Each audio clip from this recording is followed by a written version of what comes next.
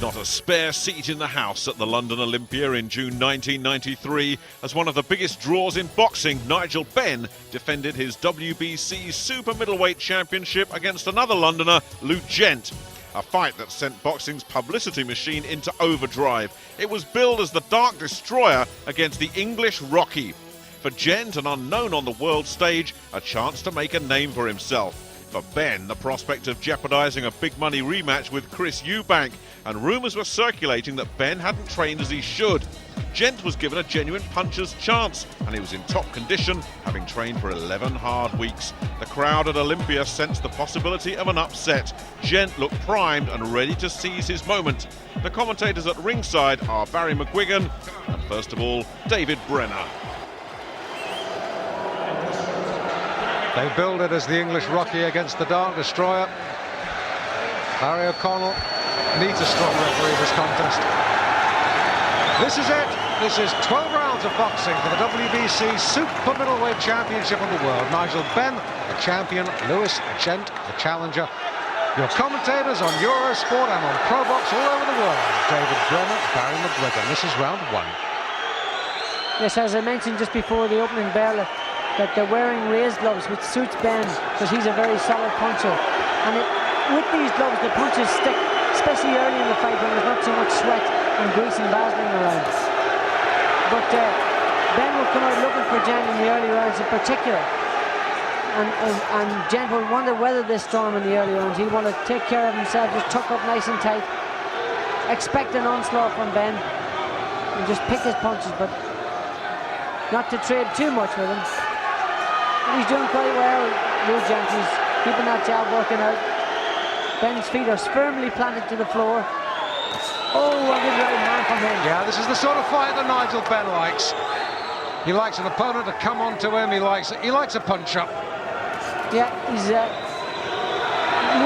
a lot of upper body movement, just staying just outside of punching range from Gent. Gent's coming firing back himself. He's punching with power, and at this weight, this guy is definitely very strong and very robust. And let's not remember that Mauro Galvano caught Nigel Benn and nearly stopped him in round 12 of their last world title fight. Yes, it was too late on Galvano's behalf, but he hit him with a cracking punch, and had that have happened in a minute and a half into the round instead of the last 10 seconds, it could have been very interesting indeed. You bet.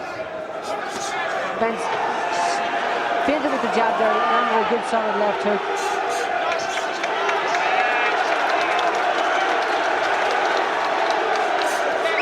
Gent looking good. Gent is looking good, and he's not afraid to mix it with Benn. Has landed a couple of good shots himself, and that last one in particular, that right hand, made Benn stumble back slightly. So he's not afraid to mix it with Benn. He's quite prepared in these early rounds to trade punches with him.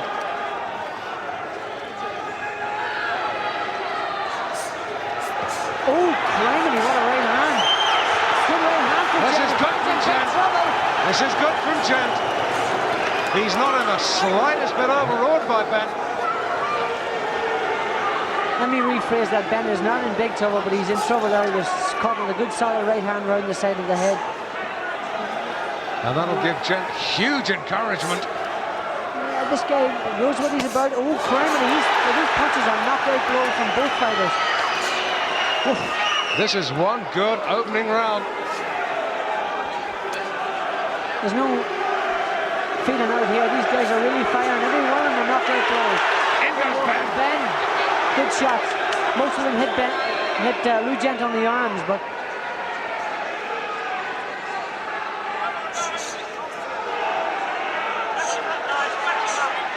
Benn's using lots of upper body movement, but he's not moving his legs, so he's still in punching range. That's a good round for Gent. Very even round. And Gent finished on top.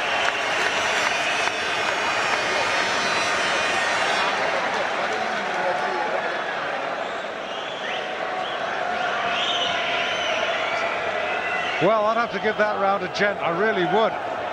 Here's his record, and you look at that record and it looks average.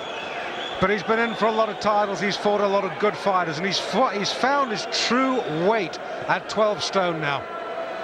Yes, over the other side of the ring, Nigel Benn. Just the two men to beat him, Michael Watson and Chris Eubank, who both stopped him. But what comes to mind immediately when you see Ben being pushed back is that last 10 seconds of the Galvano fight, and his punch resistance was going there. This is Gent's onslaught at the end of the round. Forces Ben back to the corner and really tees off on him. Not afraid to mix it in this first round at all. Watch for the action, folks. Second round, Ben in the black trunks, Gent in the maroon. Oh, good right hand from Ben, and a short left to the floating rib there. Ben switching his attack to the body now, and if Gent is in trouble coming down to this weight, he'll be found wanting with these body shots. Ben's got a box here. He can't afford to mix too much with this guy. It's a very hot night. It's very sticky and humid in here, and if he starts off too fast, he'll wear himself out. He's got to use his boxing ability, use his speed, and start working the body too. Picking his punches.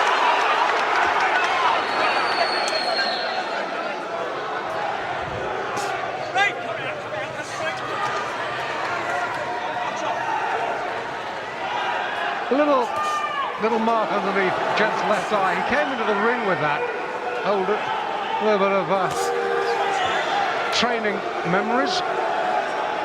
Yeah, I can see that every one of Nigel's shots is really grunting and putting his weight behind him. So that's great if they land, but if they don't, it'll really wear him out for the later rounds. And if he didn't get lucky with one of these shots, he's going to be in trouble later on. Gent's been foxing now. He's keeping his composure and standing back, and he's allowing Ben to come at him again and force his hand. I feel that Nigel should be boxing here, using his boxing ability. Oh, that good shot from Ben, just missed. Back goes Gent. Cracking shot, cracking left hook. Most of those punches slipped over his head, but the left hook landed solidly. Tried up for an uppercut.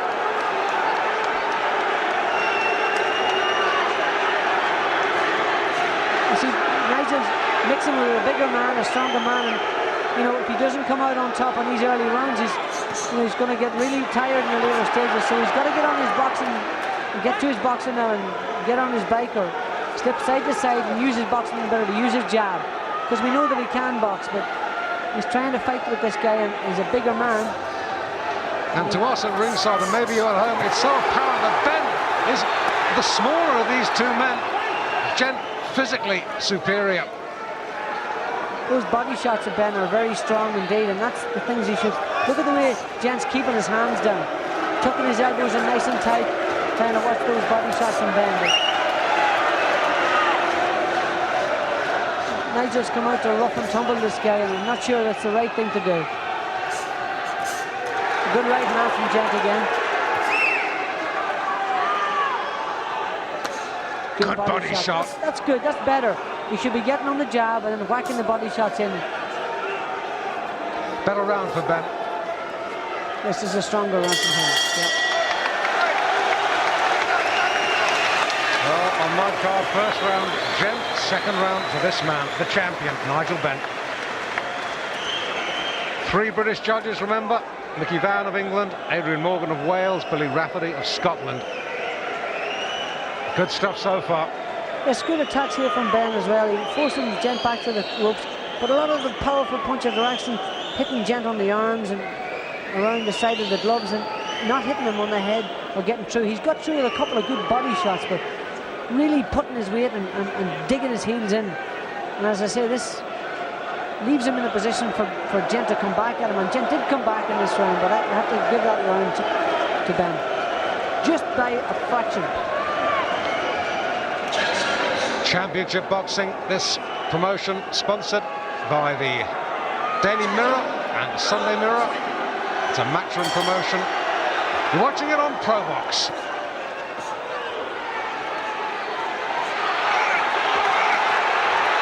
Good work again from Ben to the body. He's picking those shots well, going around the side of the elbows, which is good. He's not trying to hit him on the arms or try to hit him in the solar plexus because Gent's protecting him. He's whacking him around in the floor. Yeah, Gent's displaying good defense so far. But not down, and down, left hook.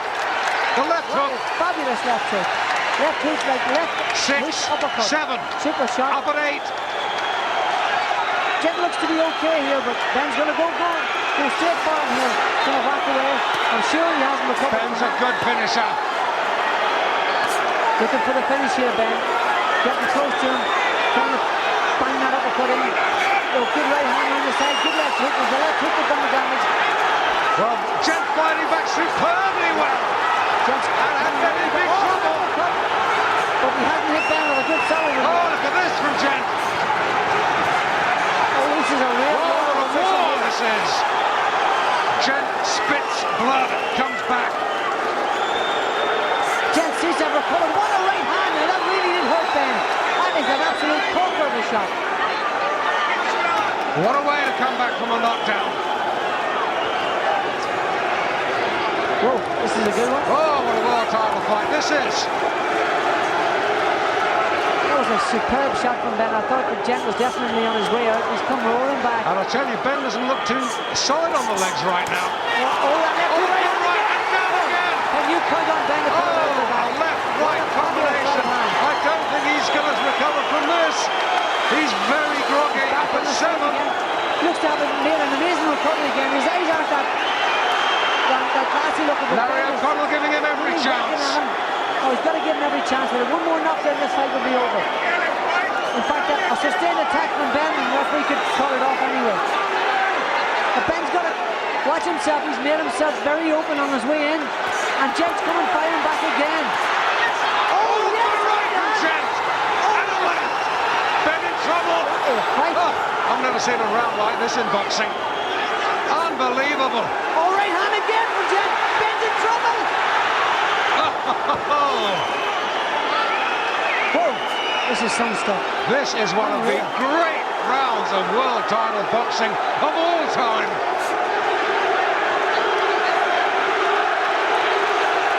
Ben's in trouble. He sure is. And there's still time left. Last 15. When they exchange punches, Gent is actually staying straight and left hook down again. The fight's over. That's it over. 3 knockdown rule. If he gets up, the bell can save him. Up at 8, and there's the bell. Oh, they can't save him. Oh, I'm sorry, folks. I made a full pie there. I thought after 3 knockdowns that the fight should have been stopped, but obviously not according to the WBC rules. Those are American rules. Yeah, 3 solid left hooks. Let's have a look at all 3 knockdowns. Oh, absolute beautiful shots. The Gent standing right straight. When he's exchanging punches, he leaves his head right out. And that left hook was a cracker. It was like a left hook, left jab, following the right hand with a left hook, left jab. Now watch this one. Boom. Right hand again. Left hook just to top it off. Gent down. And this is the finishing up left hook just at the end of the round. I thought it was the end for him. Left hook. Beautiful, cracking shot. Picking his punches very well. But let's not forget that Ben did look very shaky in that round. Very shaky indeed. Ben can finish it this round. Gent can finish it this round. It's that kind of fight. Round 4.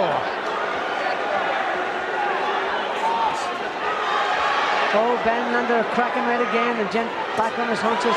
In goes Ben for the finish. He's a cracking finisher, Ben, but he does leave himself open. Oh, Right and down. 3 solid right hands. 4th time Gent on the canvas. I don't think Larry O'Connell's going to let him take too much more. Back they come. There he goes, he's letting him go. This is it, I think. Gent hasn't got much left. That's it. It's all over. There's a bit of excitement for you folks. 10 minutes. Incredible stuff. Paul Thompson. It's all over.